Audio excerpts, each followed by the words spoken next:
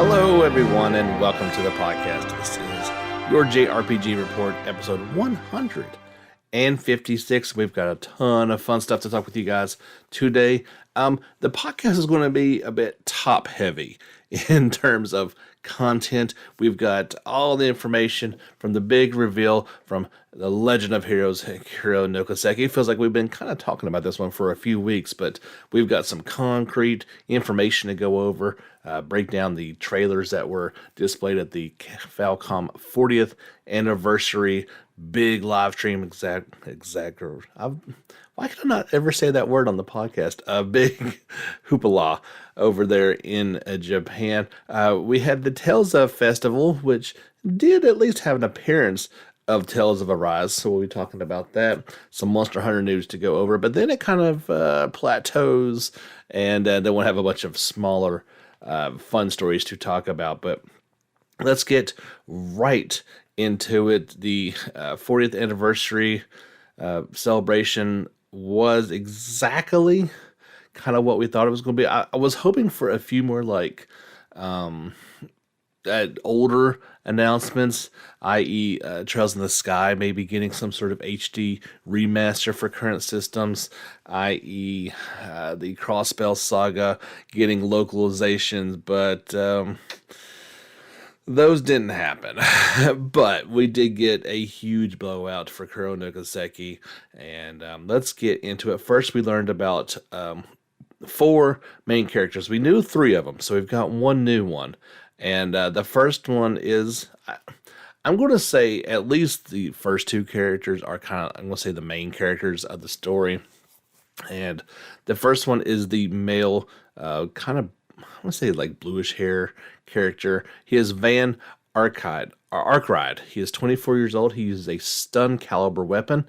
He is the Spriggan, which is kind of the detective class, and they are listed his height at 180 centimeters. His quote is, "That's what the job is all about. Never underestimate a Spriggan." He is a young Spriggan with blue streaked black hair and deep blue eyes who works mainly in the old town, the capital city, Edith. He comes across as dry and pragmatic. He tries not to be insincere and is not bad at looking out for others. Although he began working as a Spriggan almost by sheer coincidence, he seems comfortable with his way of life, and even though he complains when he has to deal with bad jobs, he makes sure to handle it. He looks like he's going to be a lot of fun in and out of combat. The other main character is the female blonde-haired character who is called Agnes Claudel. She is 16 years old. She wields an orbital staff. She goes to Artemis High School. She's a first-year student, and height listed at 158 centimeters. She says, "I understand Mr. Van's style, but there are some compromises even students can't make." She's a first-year student at the Artemis High School, a prestigious academy in the capital city. A girl with a neat and gentle atmosphere, beautiful long blonde hair, but great willpower behind her cool eyes. Keep in mind, these are descriptions from their website. These are not my words. She takes an orbital staff self-defense course as an elective at high school. How about that for your elective in school? Like, not shop class or finance or something. You can take a self-defense course with an orbital staff. That's a great elective. She's also a member of the student council. So upon learning of someone stole an armament left to her by her great-grandfather, she did not go to the bracers or the police, but for some reason went to the Spriggan detective agency, which is called the Arkride Solution Office. They accept any job by reputation. The third character is a new one. We've not seen her before, and I hope I get these names right. Fairy Al-Fade. She is 13 years old. She uses an assault sword. She is affiliated with a mercenary group called the Kurga Soldiers and stands at 150 centimeters tall. She says, "I will protect you with the blessings of the flame and goddess Ashura." She is a girl with brown skin, short-styled hair, a petite physique who is also a young member of a high-ranking Jaeger Corps, the Kurga Soldiers. Having experienced serious combat training since childhood, she shows her fierce Jaeger side in battle. Upon receiving word that her Jaeger Corps had previously networked with has suddenly gone missing, She initiates her own search and also contacts the Arcade Detective Agency. The last character we've seen in a screenshot or two before, and he's the one with the long red hair. He is called Aaron Wei. He is 19 years old. He uses a twin fencer weapon. He has no affiliation and stands at 175 centimeters tall. He says, "Don't get in the way, old man, if you can't understand the East men's ways." He is subdescribed as a playboy who has made a name for himself as a flamethrower in a massive eastern quarter of the Republic, and the leader of the hot-blooded youth. By being a master of the sword and fist in the Moonflower style, one of the three major martial arts style, he never stops attracting the attention of others with other feats such as earning heaps of money at the casino or performing sword dances in Eastern style as a female role. Yeah, that's that's one way to do it.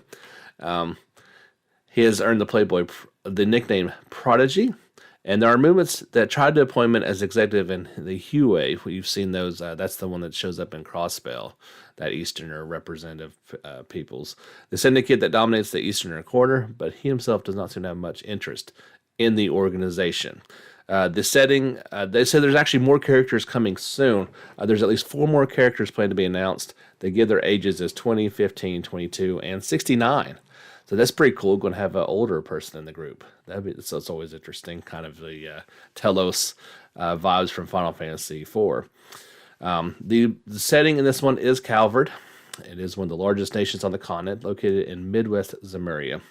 Originally a monarch, it became a democratic republic following the Democratic Revolution that occurred 100 years ago. After many years of bloody war over Crossbell, which is located between Calvard and the Empire of Erebonia, Crossbell regained its... let's just... Okay, sorry. I always forget there are some spoiler type things there. Crossbell's in the middle of them.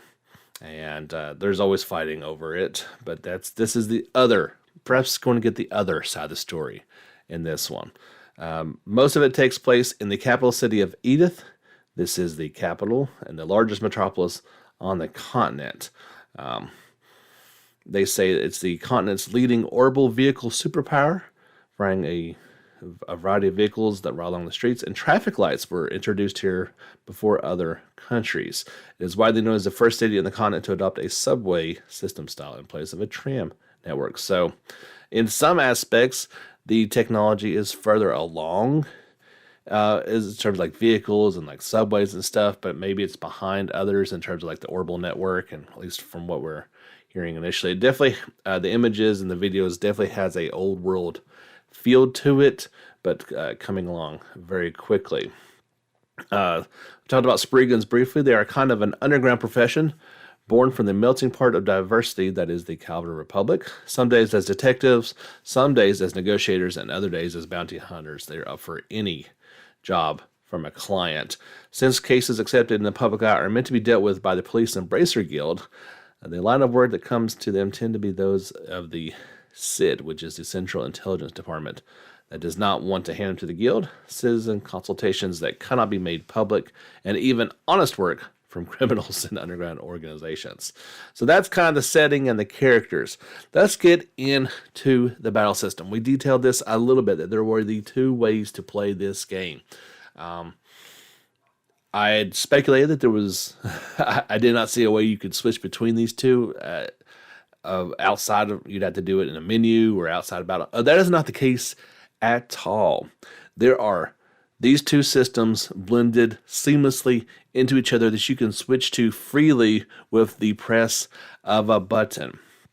In The Legend of Heroes, Kuro no Kiseki, the command-style action-time battle system used in the series thus far has been revamped, with a unique new system that seamlessly transitions from action battles on the field to command-style battles. You can enjoy even speedier and more strategic battles. So here's what we were afraid of. They were going to change the system. We knew they were going to do that. It sounds like they did change it, and it's not the same as the system we're used to in Cold Steel. From what I have seen in the videos, and you need to get over to YouTube and check these videos out. They will quell any fears that you have, as well as get you pretty excited about this game. It looks good. I'm excited the way the battle system is headed to. I will obviously be doing the command style system, but any fears that you had that this was going to a Ys style fighting system, you can play that way, and it looks like a lot of fun to play that way. But the command style is tried and true. It is revamped in a lot of ways. Like you can move around the battle field freely if you'd like to during your turn, but it does look like it's the next evolution of the system, which if you played these games in order, you've seen a little bit in every game. The basic system is when you discover an enemy on the field, you commence an action battle. You can also avoid it. We said, remember, that you'd have to be targeting the enemy in order to engage it. During the action battle, you can swift to a command style by deploying the combat ornament Xipha. I guess that's how you say it. Xipha. By withdrawing that combat ornament, returns you to 0, allowing you to switch back to an action system. You can perform various actions on the field, including combo attacks and strong attacks at targeted enemies. And if you are in a party, you can freely switch between characters mid-battle. And since the enemy side will also launch various attacks at the player's side, actions such as adjusting your position on the field and evasion are also vital to avoid damage. It looks really fun. It really does. But the command battles is what I'm more interested in and what the series has been kind of known for. In command battles, the battles will progress by selecting commands such as standard attack, craft, arts, and items, which has been done in the series thus far. By keeping your actions in mind, such as using crafts with various elements, with various effects, and arts from within the 7 elements, you can compete against even stronger enemies on equal footing. Additionally, you can receive a temporary boost with the combat ornament. I'll probably say this 14 different ways. Xipha. And if a party member is nearby, this is cool. You can activate additional attacks or additional effects, such as sharing each other's arts. Kind of sounds like in Suikoden when you guys would do different arts at the same time, or I forget what we called them at the time in Suikoden, that they would kind of combine and make, a new spell, kind of, similar to that aspect. So that's pretty cool. You can deal double the damage with arts attacks according to attribute. When a craft is used, the camera work changes to flesh out that combat. I am way more excited about this game than I am about Hajimari. Not only from the way that it looks and plays, obviously we've gotten a new cast of characters, a new setting. Hajimari kind of just feels like it's kind of wrapping up some loose ends with some characters that we've been playing for. I'm excited about it, but much more about this one. So it's due out in Japan in 2021 for unannounced platforms. There was kind of a box or some sort of marketing thing put out that had the PS4 logo on it. This does look like PS4, but it kind of looks like it's running on PS5 with enhanced graphics. It looks really, really phenomenal. That would be my guess, is this is a PS4 game that takes advantage of the PlayStation 5. No word on what it's actually coming out for. We'll get that pretty soon. Like I said, it's just due out, just that placeholder of 2021. If I had to guess, since this is the first time we're seeing it, you're probably looking at the fall. That's, hopefully when we're getting Hajimari as well. So if you're looking at long term, we're probably getting this in the fall of next year, if I had to guess. But definitely go check out those videos on our YouTube channel. I even I made a slideshow with all the images. So if you can kind of break it down and, take your time and look at these things in detail, I think you will be impressed. And yeah, just know they're changing it, but it's okay. And I really like this idea of, I can't think of another example of a game trying to do this. It may be out there and I just don't know it, but, giving the player the ability to choose which fighting system that it really wants to go, because it's always going to be your action RPG crowd versus your turn-based crowd. That is the JRPG dilemma of our time. And this kind of sounds like we can have our cake and eat it too. I'm sure it's not been easy to pull off, but maybe with these new systems that we can finally handle two different ways of playing. And at least from what I've seen in video form, they seem to do it pretty flawlessly. So I want to know how excited you guys are about it. Are you still concerned? What's your feelings overall? Cannot wait for this game, and hopefully we won't have to wait too long for it to finally come out. Oh man, I got so excited talking about that. By the way, my name is James Fisher. This is your JRPG Report. We come to you guys each and every week with news around the JRPG world. Don't forget to give us a like on Facebook. Follow us on Twitter. We try to put all of our stories on both those platforms so you can keep up with them, as well as links to stuff that's pretty cool. We've got our YouTube channel rocking and rolling. I put all the trailers of the week over there. I try to put together slideshows when images come out, and of course, video versions of this podcast with images and the videos that we talk about as background to what I'm talking about. There was a slight bit of information that came out during the Falcom thing. They reaffirmed that Trails of Cold Steel 4 was coming to PC on April 9th, along with the Switch in the West. But the kind of odd thing was there is a Legend of Heroes Trails of Cold Steel TV anime project. It is set to air sometime in 2022. The original series depicted the story of protagonist Ring Sworzer and his companions throughout the 4 titles set in the giant military nation of Erevonia, but the anime series will depict a story based on the original series set in the western part of the continent.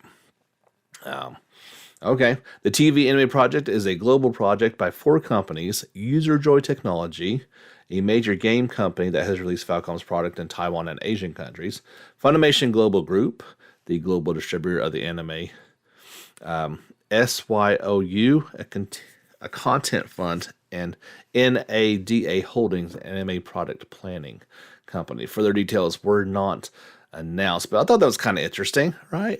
They're making an anime. Not sure if it's going to exactly follow the series or how exactly it's going to go. It does sound like it's kind of an offshoot from it, but that could be pretty interesting. Of course, if you've ever taken a dive on YouTube, you know there's a live action play of Cold Steel as well, and that's pretty interesting to say the least. But that's it for Legend of Heroes news. Like I said, I was kind of hoping we get some HD remakes of the older series and localizations, but that didn't happen, at least not yet. And still no word of Hajimari and when it's coming to the West.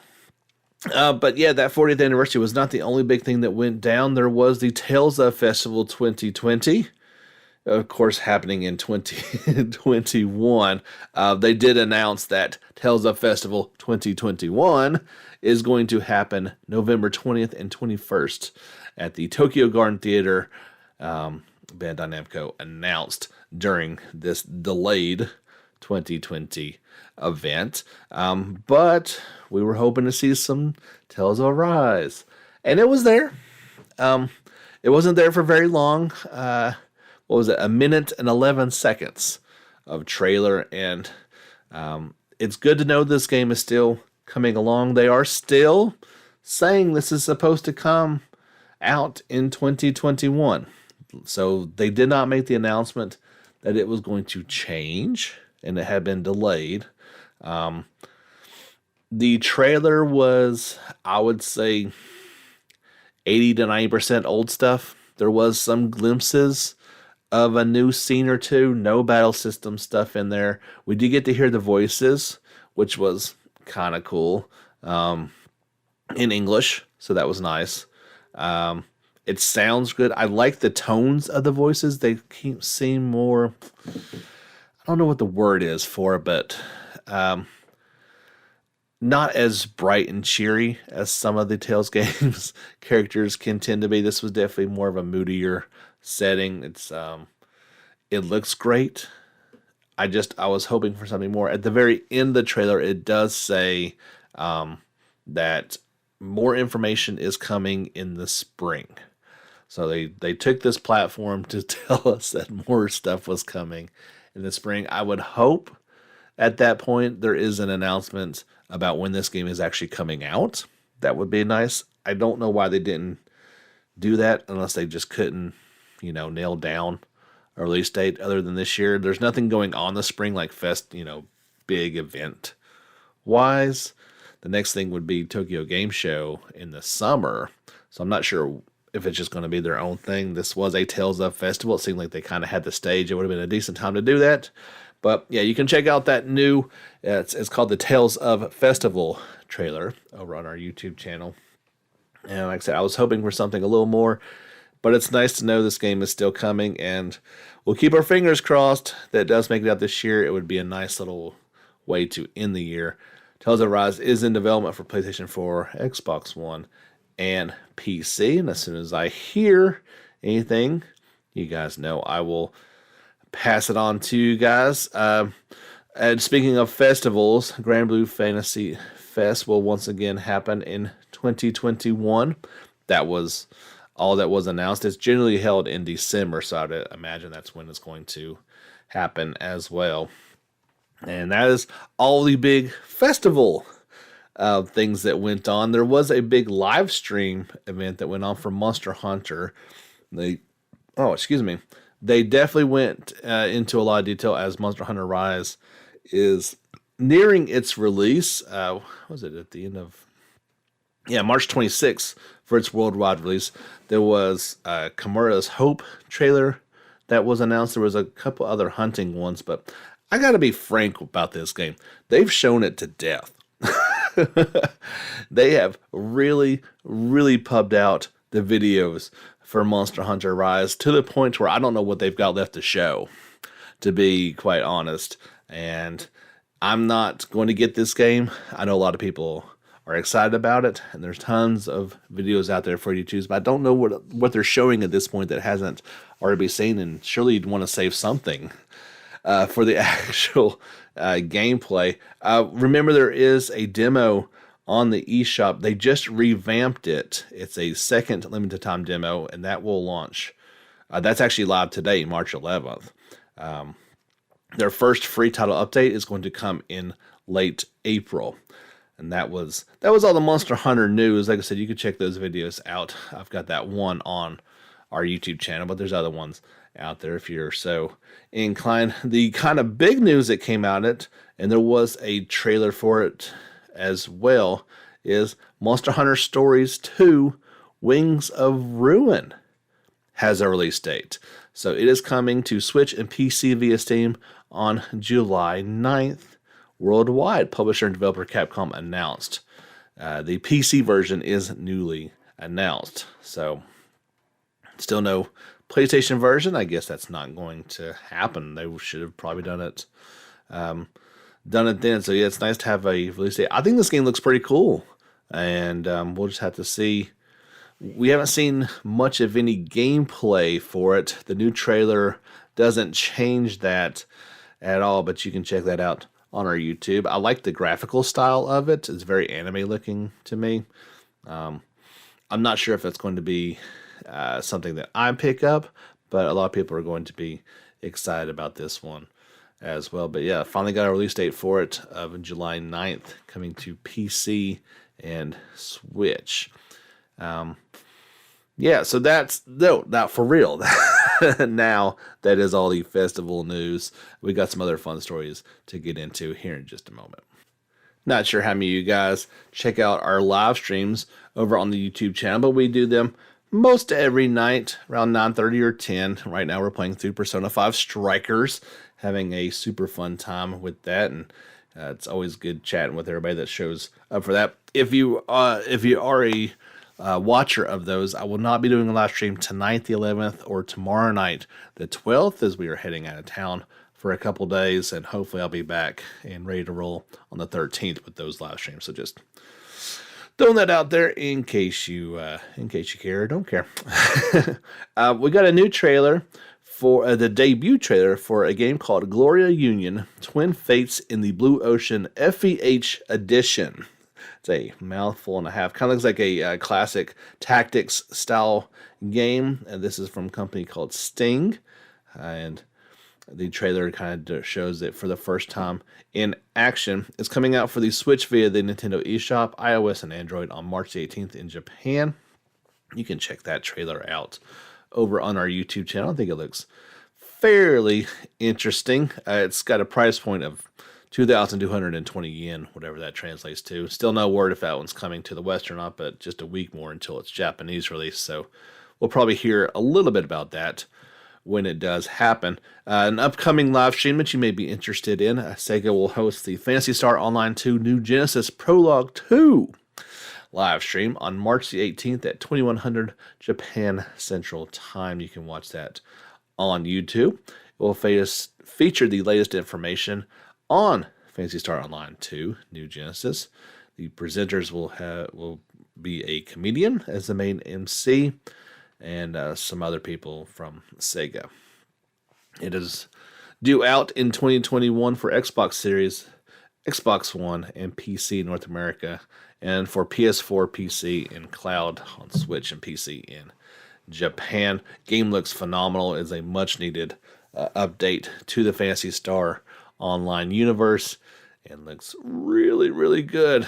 Maybe one of these years we'll get it on PlayStation in the West. If you're looking forward to the World Ends With You animation coming up here fairly soon, it starts airing on April the 9th. There is the third official trailer for it, which has been released. Features the ending theme song, Carpe Diem, sung by ASCA. You can check that out on our YouTube channel. The third official trailer, starting not too much longer, less than a month, on April the 9th. We got some 2 trailers for the Caligula Effect 2. These are Pandora music. Well, one of them is the Pandora music video, and the other one is the Mukun music trailer. This is the second one is for the I can't say this word, Obligato musician Mukun, and is composed by the Police Piccadilly. That's the one, and the other one is the Obligato musician Pandora, who is composed by Ayase. These are both out. They sound really cool. A kind of a Persona vibe to them in a bit of a way, but also very different. And I really like the music. I think it sounds really well done. There was a previous music trailer by Machina. The Caligula Effect 2 is due out for PlayStation 4 and Switch on June 24th in Japan, and this fall in North America and Europe. I'd forgotten about this. A couple weeks ago, they launched their website with about 75 images. So I downloaded all those and put them into a really cool slideshow using these music videos as background music, along with some from the long trailer. So if you want to check out all those images for this game, you can do so on our YouTube channel. Don't forget, give us a subscription over there. We're getting up there. I think last time we were about 760 or so. So trying to hit that magic 1,000 number. And so YouTube will throw me some pennies each month. Magnum Lord, as always, has another trailer out this week for one of their characters. This week it is Sateus. This is the 6th character trailer for Magnum Lord.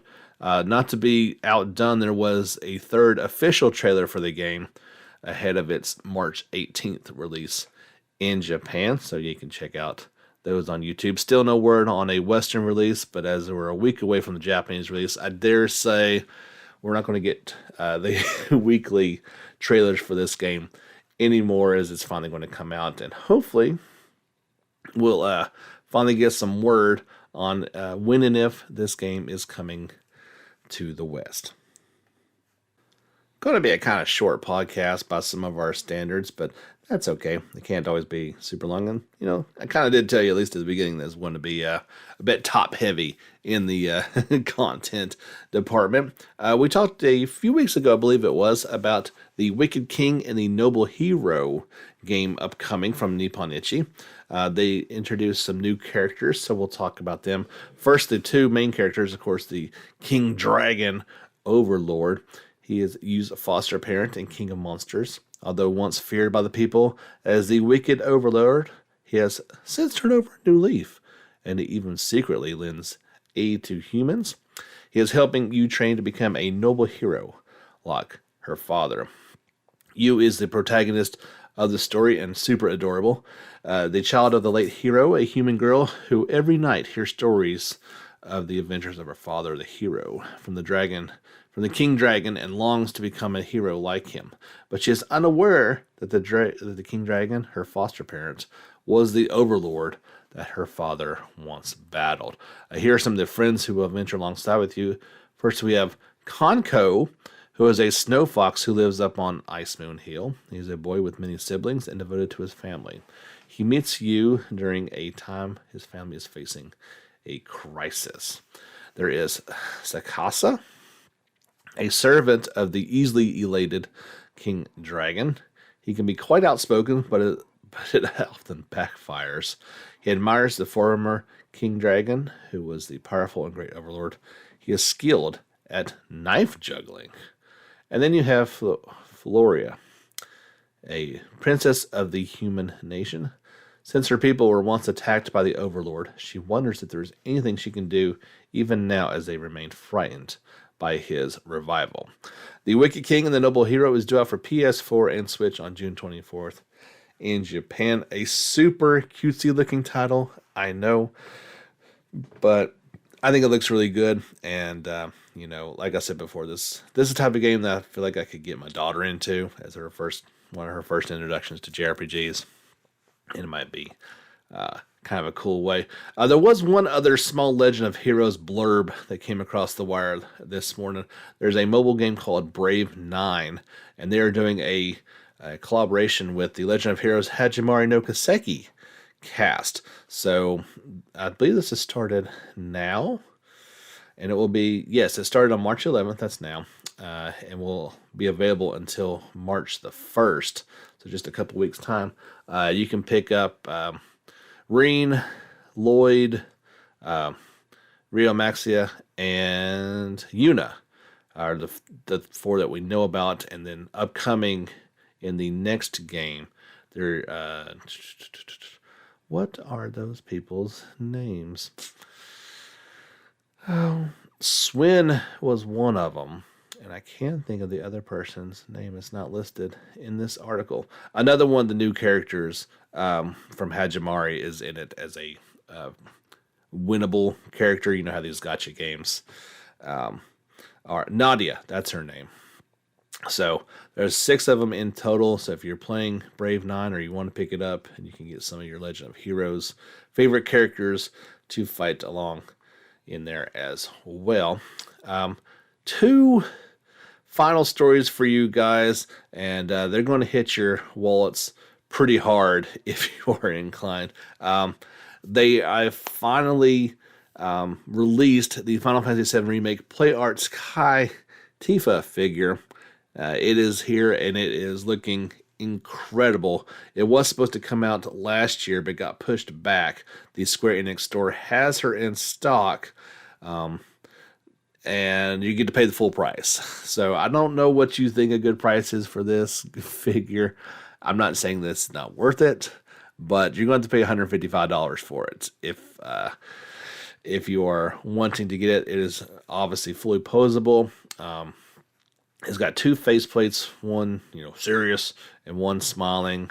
I guess I was going to say one's more aggressive and battle ready. Yeah, it's got 4 pairs of hands, extra hair parts.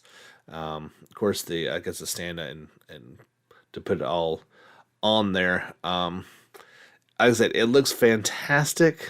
Don't get me wrong, but man, that's a lot of money for a figure. Like,